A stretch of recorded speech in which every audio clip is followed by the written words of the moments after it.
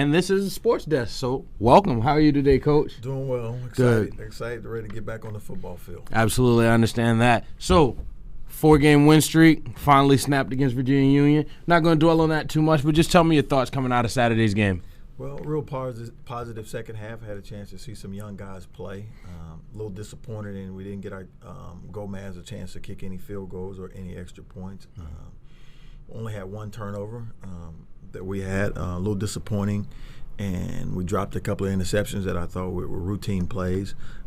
We had a touchdown in DeAndre Vickers. We overthrew him. I thought was a routine play. From that standpoint, I'm disappointed, but happy to be able to move on and see where we're at the midway point.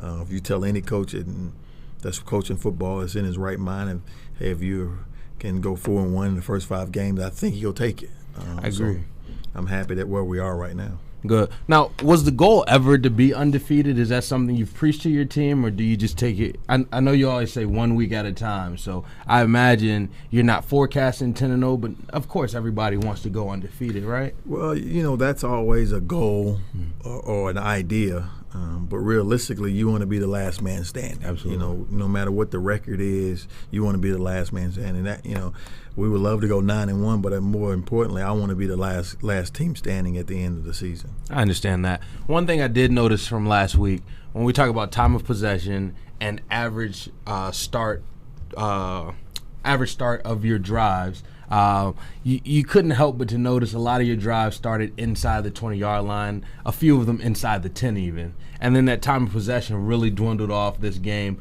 Is that something you're looking to get back to? Because I know time of possession is big in your court. So just tell me your thoughts on that. Well, we were 3 for 17, if I'm not mistaken, on third down, and you're not going to beat many high school teams with that. Field position was terrible. From a kicking aspect, we looked at where the ball landed at opposed to where we kicked it. Going to make some adjustments. Still hadn't decided who's going to be the punter this week. Wasn't happy with our kicking situation at all, and we're going to take a look at that because that's a part of the field position getting flipped and that sort of thing. So we're going to take a look at that this week and see what changes we're looking to make. So it seems like this past game was an opportunity for you to evaluate a lot of your younger players, and it sounds like from just hearing you talk thus far, you're looking to get some new blood infused into both offense, defense, and even special teams.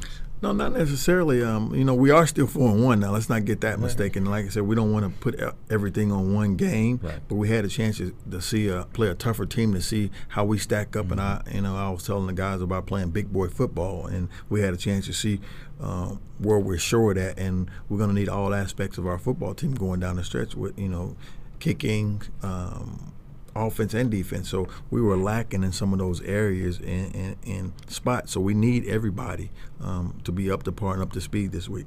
All right, just as a reminder, this is the Coach Darrell Williams Show, brought to you by our sponsors, John McGrill of the Edward Jones Investment Company, Jennings Insurance Agency, Hotwire Communications, and F&M Bank. Now, Coach, we had a lot of banged-up players coming out of Saturday's game. Is that something you're concerned about? Is there any injuries that seem bigger than the others, or is it just a bunch of nicks and bruises coming out of a tough-fought game? Well, it's nicks and bruises. We'll be happy to get Devontae Adams back. We'll be happy to get Marquise Adams back. We'll have Corey Hall back this week. So we're getting some of our key players that have been out for the last 2 or 3 weeks. We're getting those guys back. I expect to have everybody full go. I think DJ Bethune is still nursing an ankle. He's not running the ball like he ran the first week of the season. But we'll have everybody going down St. Aug this week. Absolutely. Now, just speaking about, we've talked a lot about the depth that you have on your team. Now, some of those key players that you just mentioned, how big of an adjustment was it to play without them? Because, again, we talk about having so much depth on both sides of the ball. So were you taking a major loss with some of those injuries? I'm sure some affect us more than others, but just overall, how hard was it to maneuver without those key players? The plays that I'm speaking of or spoke of were routine plays that anybody on our team should have made. The interception down at the goal line, I thought that was a routine play. One ball was tipped, should have been interception, was a routine play. Some of the throws that our quarterback missed were routine plays. So we're not going to use that as an excuse. we ran into a better football team on Saturday. There's no other way around it. They're one of the top football teams in Division II football, not only in our conference but in Division II, period. I think they have my hat's off to those guys, but we didn't help our situation at all by the way we played and that sort of thing. But all that's water under the bridge. I'm excited to be happy to get back down to Raleigh and play St. Aug, because it's always a hard-fought game when we play against those guys, and it always comes down to one or two plays. So I think we're right where we want to be. Indeed, water under the bridge. Now, looking at coming out of Saturday for the last time, we're not going to keep talking about this, but I just noticed, like, as you mentioned, you're 4-1. I would think with a loss like Saturday, there would be some lag or some hangover through the week, but it doesn't seem like you all were too affected by it. Naturally, you go to the drawing board and you look at what you can do better, but it just seems like everybody's spirits are still real high and everybody's flipped the page and we're looking on towards St. Augustine. Because that's the bigger goal. If you win that game, it doesn't help you. If you lose that game, it doesn't help you. If you look at it from a bigger perspective, we learned a lot about our team, and as the coaches, we're making some adjustments in the press box and on the football field. So it was a good learning experience for everybody on our team, and in order for us to play big boy football, we have to get to that point, and I have to do a better job of not making it out of a big game. I think through my time being the head coach here, every quote-unquote big game besides the game we played Winston, we flopped in because I think guys are too excited and they want it too bad instead of relaxing and playing. I have no doubt this week, not saying anything against St. Aug, we're going to come out and we're going to play lights out. We're going to play the way we normally been playing and that sort of thing. Just hate that it takes 4 or 5 more days before we can actually play a football game.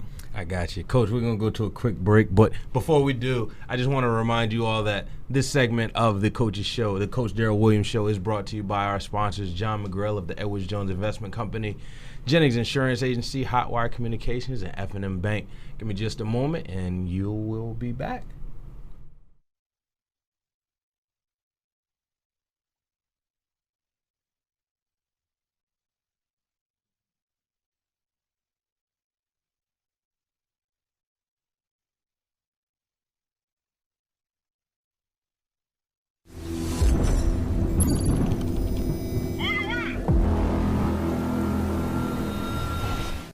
For 140 years, Livingstone College has stood for academic excellence and Christian values. Our holistic learning environment helps students discover who they are, awaken their potential, and prepare them for the global society. Under the leadership of Dr. Jimmy R. Jenkins Sr., our mission is stronger now than ever. Visit livingstone.edu to learn how we meet students where they are and take them to where they need to be. When you think of excellence, think Livingstone. This is Mark Jennings of the Jennings Insurance Agency. I'm not just a local agent, I'm also your neighbor. So what matters most to you also matters most to me. At my agency, I take the time to make sure I understand your insurance needs. So for auto, home, or life insurance, come see me today and let me show you how having an agent who cares can make all the difference in the world. Join me in Salisbury at 503 Faith Road, right next door to Winks. Or just give me a call, 704-637-7733, and put the Jennings Agency on your side.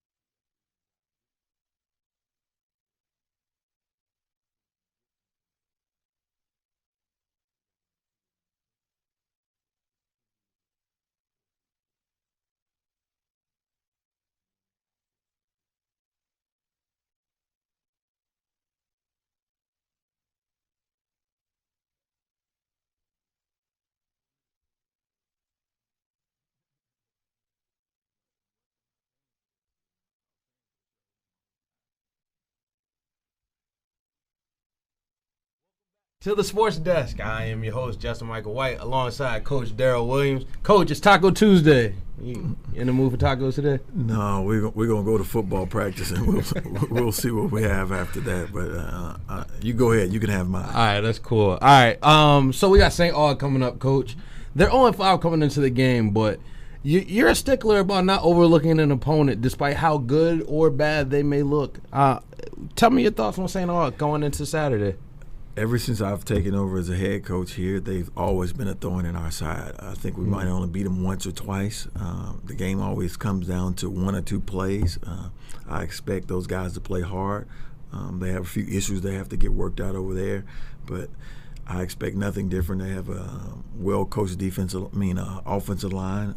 They have two quarterbacks who we tried to recruit that's on their roster.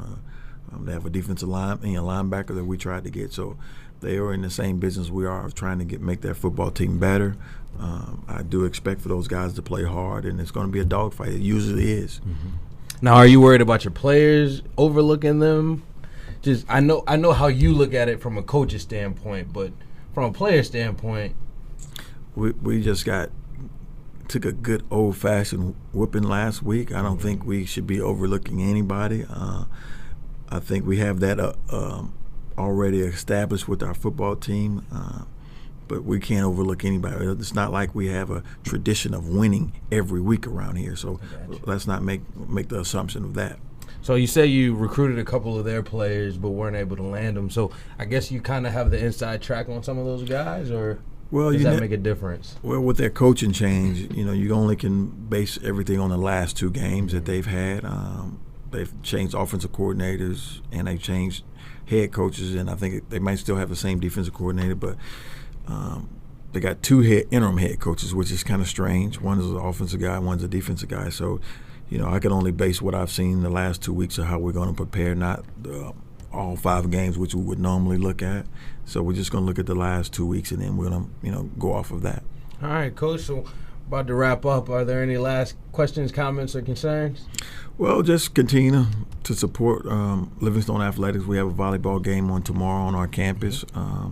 Be glad to come out and support the girls. I think we have a cross-country track meet on Friday at 4:30 that you guys would love to come out and watch our student athletes and just continue to support us.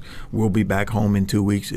Another game. I'm not going to say it's a big game, but another game against Winston-Salem, a pivotal game on our side. So hopefully we'll be 2-0 in the South when we come back home. All right, perfect, Coach. So just to recap, we have volleyball here tomorrow. We have cross-country here Friday. Men start at 4:30, women's at 5:15, and then we have football away at St. Augustine on Saturday. Last but not least, you heard it here first, I can have Coach Williams tacos.